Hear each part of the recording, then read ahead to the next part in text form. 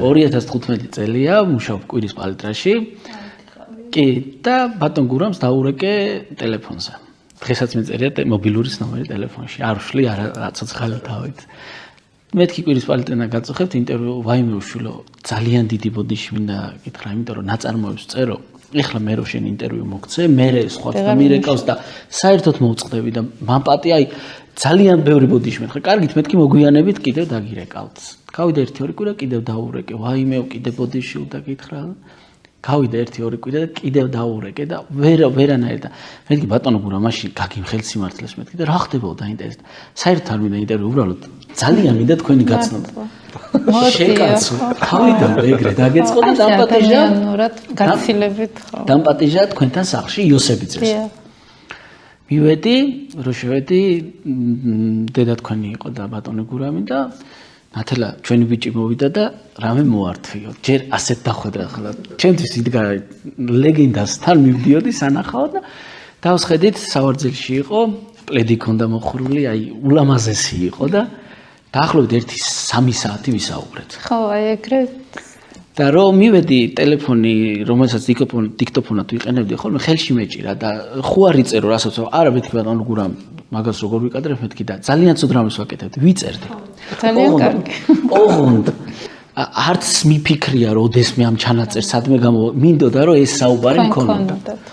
ჩავიწერე იქ მომიყვა ის სამოსელი პირველზე, მაშინ უთხარი რომ მეთქი სამოსელი პირველზე გიждდები, მაგრამ ჩემთვის ყველა ესა ყველა ნაწარმოები თქვენი შექმნილებიდან არის ბახვას გულმა რეჩხი. მართლა. გაგიჟდა, მეც ერთ-ერთი ყველაზე მეტად ეგ მიყვარსო. ხო. და ნუ ამაზეც ვისაუბრეთ, მოკლედ ძალიან ბევრი რაღაც მომიყვა. მათ შორის სამოსელი პირველის გამოსვლაზე რო პრობლემები იყო, რა იყო, როგორ იყო, ბევრი ისეთ ფაქტი, რომელიც სამწუხაროდ აღარ მახსოვს და გული მწყდება. სახში ფრენით მივედი, სხვა ინტერვიუები მქონდა რაღაცები ჩაწერილი ტელეფონში, გადავიტანე ყველაფერი ჩანაწერი კომპიუტერში და გავიდა დაახლოებით 1 თვე და მომინდა რომ მომესმინა. და რა? ეს ერთი ჩანაწერი. ხო. და ყველაფერი ადგილზე იყო გამქრალი. აი მართლა ეხლაც გეფიცები დამბურძგლა. დღემდე ვერ ხვდები სად გაქრა. იმიტომ რომ რო გადავიტანე მოვუსმინე. ხო, არსებობდა ესე. მე ხელოსანს მიუტანე სპეციალურად ტელეფონის ჩიპიც და კომპიუტერის რო აღმედგინა.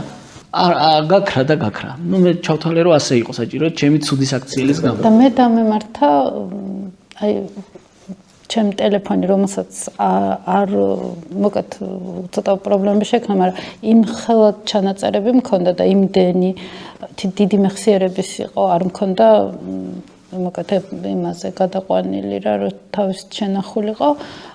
წამიშალა სერვის ცენტრში გოგონა. ოღონდ ეხლა ცოტა გავხდე, ეხლა ეგეც ალბათ უნდა წაშლილიყო. აი ბოლოს მთელი სამავთყოფოს კადრები, იქ წერდა სულ რაღაცას, აი ეს ხელის მოძრაობები. თვითონ სამავთყოფოს მოკლედ და მანამდეც მთელი მუხაწყარო იქ ჩვენთა სახლში რაღაცები, ამბების მოყოლები რა. აი გააქრო ერთი ჩვენი გვეგონაო, რატო ეგონა თავისი იცი?